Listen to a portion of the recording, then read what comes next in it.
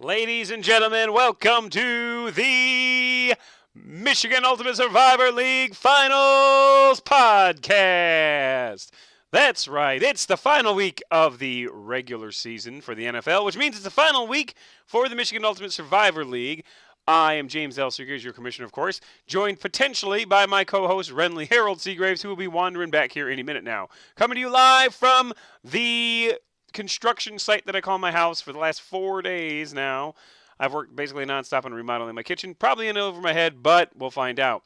So, speaking of being over your head, there's a few teams that left, and we're going to go over the results from the Final Four week. We're going to talk about the SUK bracket, aka the suck bracket, and one team in particular really sucks. And then we're going to also talk about, this is critical news here, is that once again, the Michigan Ultimate Survivor League does not end at the end of the regular season for the NFL because we do the Michigan Ultimate Survivor League playoffs. Link in the video description as well as this Facebook post. I promise you, I'll probably forget because I have dementia. Anyway, hello. All right, so we're going to talk. We'll start off with the SUK bracket first and foremost. We had the final four in the SUK were Oviedo Honey Badgers, the Super Original, the Dewayans, and the New Sheriffs.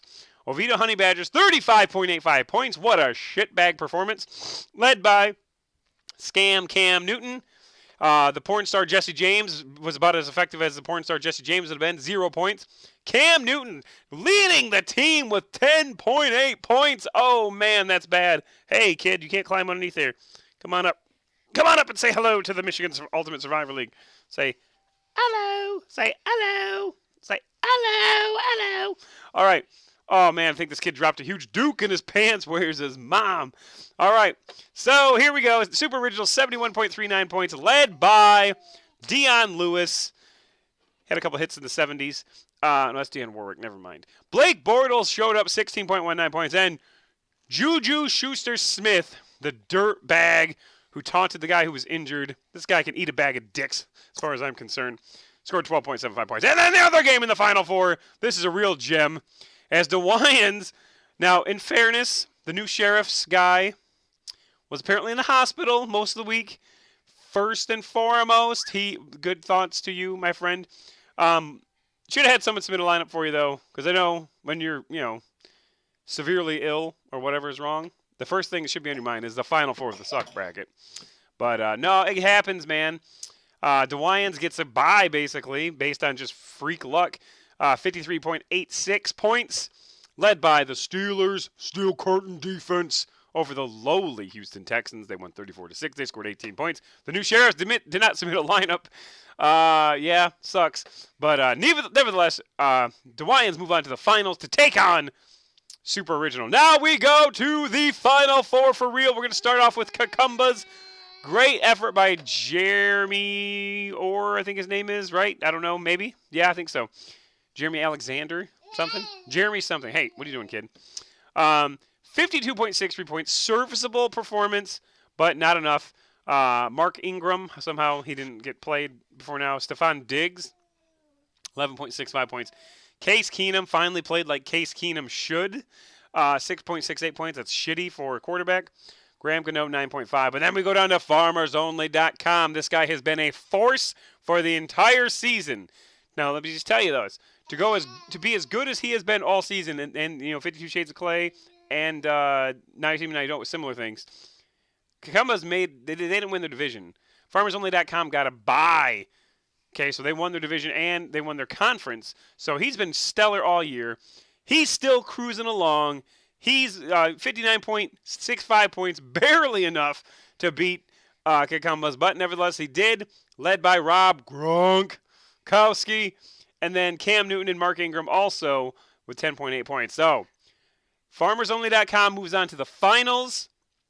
Kakumba's moves on to the third place game. Do not forget, Jeremy Alexander / Jeremy Orr, that you do have a game that's worth playing for because it's worth an extra $100, I believe. I don't remember what I said, but I'll have to look it up. Every year the payout's a little bit different based on structure and stuff, but still, it's at least worth an extra $50. I think it's worth an extra $100, honestly. So, and the loser still gets $50, don't forget. Then we're moving on to the other game. for, I don't know why it says FYAY as his team abbreviation, because it's Now You See Me, Now You Don't. So, 81.86, 52 Shades of Clay, 70.49. They cut down back-to-back Seagrave spouses.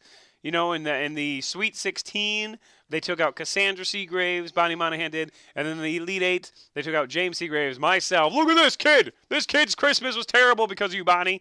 It was. Look at him. Look at him. He had no money for Christmas. I had no money for Christmas presents. Actually, he's 10 months old. He doesn't know what Christmas is, really. Although he does smell bad. Hey, Cassandra. Cassandra. I'm filming a podcast. I can't change it. Can't change an ass live on screen. Come on. CPS is being called right now by someone who's watching this, but it's not live. It's fine. So anyway, Now You See Me, Now You Don't. This kid does stink really bad, by the way. Hi. Now You See Me, Now You Don't. Dion Lewis there. Los Angeles Chargers had a great game. Jordan Howard, somehow that dude hadn't been playing. Nick Foles, I started him in the Elite Eight, and he had a great game. Nick Foles came back to reality. Oh, there goes Rabbit. 6.26 points for him, but still good enough. Let's look at 52 Shades of Clay. They had Blake Bortles, 16.19.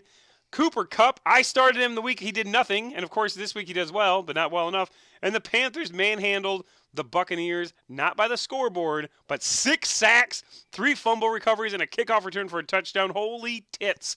That's a great performance. My hat's off to you, though, Bonnie Monahan, for defeating my wife and I back-to-back. You beat her like I never could. And then you beat me like she never could, so it all works out. Now, you will be playing in the third-place game as well, so don't forget to submit a lineup. Say it. Don't forget to submit a lineup. Don't forget to submit a lineup. Don't forget to submit a lineup. Yeah, I don't know. I'm, like, totally juiced on coffee right now. Hey, that reminds me. I should drink a hot coffee with a baby in my arms. There it is. So, final setup. Super Original versus DeWines in the suck bracket. Now You See Me, Now You Don't. Frazier has been a phenomenal owner all these years. The FarmersOnly.com, the Farmers, Matt and Tom Farmer, great owners as well. This is it! This is the biggest and best finals that I think we've ever had. Congratulations, both of you. One of you is going to be winning $750. One's going to be winning like $350. Either way, not a bad chunk of change for a $25 entry fee. So, now, there's that. Now, the other thing I want to talk about is, and this is going to be short because there's only 4 teams left, technically 2 and 2, I guess, is that the season is not over, people. The season is not over. I need to make a link here. By the time this video is done and uploaded, if you click on the home button here, which I don't know what's up with my internet, but it's like, there's going to be a giant link here saying, hey, there's a playoff challenge, okay? If you go to league search right now, you go to find the league. This will be on the homepage. You don't have to worry about it. Ultimately, I should have done this beforehand. But if you just type in Muscle, MUSL, that's an abbreviation for Michigan Ultimate Survivor League. Look at this. See right here it says, this is us. You go to the playoffs, hit the playoff button, and that'll take you to a whole new league, okay? Now, for those of you who have been in a league before, you know, this looks exactly like the other one. I'm going to change it. Don't worry about it. I've been a little busy. It will get changed before the playoffs start, I promise. How this works is, this is a little different. You can't tell here because I haven't updated this thing yet. I literally just activated this like 20 minutes ago. But the Survivor League playoffs, pretty cool because it gives everyone a reason, someone to root for during the playoffs. All teams are in this, okay? Every single team. Yes, that's right. Even you, Matt McCullough, who I'm sure you're not watching this. Louis Diana, you guys shamed the Verizon name by not submitting lineups enough, so you got banned from the playoff lottery. But you are in this. Every single team is in this. Here's what you do. Every week, all the rosters are reset at the beginning of the year, beginning of the playoffs. Every week, you do the exact same thing you've been doing this whole time. You start a lineup, and then you do not play against people in this one. You just, whoever gets the most points over the course all the way up to the Super Bowl wins free entry into next year. So, unlike like the ESPN has a cool league where if you start the people in week 1, then week 2 they get double points, week 3 you get triple points, week 4 you get quadruple points. That's a cool concept. This year's actually the opposite though. Because in that league, you want to start people that you think are going to go to the Super Bowl. In this league, you probably want to start people you don't think are going to the Super Bowl because you can use them, and then next week not have to worry about not having them. So, yeah. Also worth noting, okay? Rich Perez, former commissioner of this league, he and I have been engaged in multiple debates on the IFSC Facebook page. There's only a few IFSC members left here because they're all cheap and lame, with the exception of Colin Cote and Sarah Krasansky and Ben Miller, and Jeff Arbogast. What's happened is that there's a huge debate over PPR. I think PPR is lame, first of all. And, like Rich Perez, for whatever reason, he's like married to the 1-point PPR thing, which I will never do, but because it's dumb. Because it's six catches for 20 yards should not be worth as much as a touchdown in any league. It's not very hard to figure that out. So we're trying to compromise. I think half-point PPR is acceptable. Still think it's too much, honestly. I'm adjusting the scoring for the Survivor League Playoff Challenge. Playoff Challenge is always a testing grounds, if you will, for new scoring mechanics. Sometimes it works, sometimes it don't. We've done multiple drafts over the last 5 years, and almost every single time the Playoff Challenge's adoptions have worked, including originally fractional scoring. Year one, I think, maybe it was even year two ultimately, we did not have 0.02 points per passing yard. It was just a point for every 50 yards, and then we adopted it, and I was like, oh my God, this is brilliant. And now even the IFSC uses that scoring system because you should get a point for every yard you get, period. I know this is very, very extreme here, but I'm making a case for research only that I'm going to lower some things, like some penalties. I'm going to lower some points, but we are going to offer bonus points for two things. Number one, changes for two things. Number one, if your player gets a first down, he's going to get a bonus, okay? I know, crazy, right? It's not a huge bonus, but it's a little bit of a bonus because honestly, it's that keeps the chains moving, which has a big impact on the game. If whether he catches and fights hard for the first down or he catches a third down drive, whatever, it's important to get a first down in my opinion. Very little bonus. I'm not sure what the bonus is. I'm still tweaking the scoring. Then also, and this is really hardcore, but watching the games, we try to simulate the important things in a game. Score touchdowns, important. Kick a field goal is important. Throw an interception, it's important. It sways the other way. We are going to start reducing quarterback points for the playoff challenge only for sacks. If a quarterback gets sacked, you're going to get negative notches. It's not going to be a bunch, but it's going to be just enough to help balance out quarterback scoring.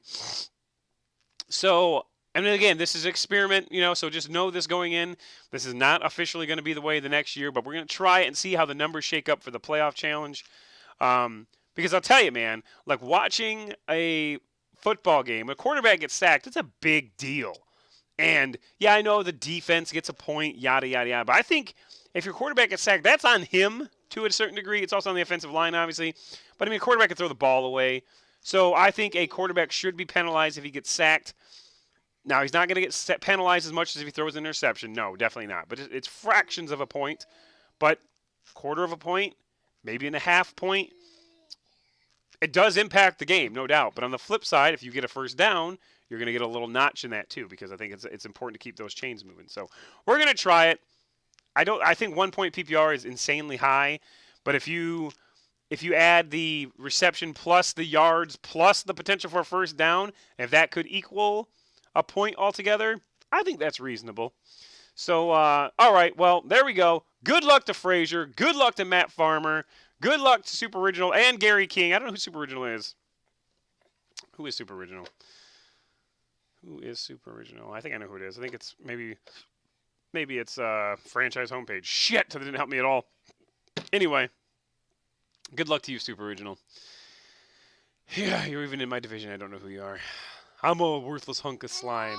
All right, good luck. Enjoy the last week of the NFL season. We'll see you next week for the playoff structure breakdown. My wife still hasn't changed this kid's ass, so I'm going to have to. Say bye, Ren. Say bye.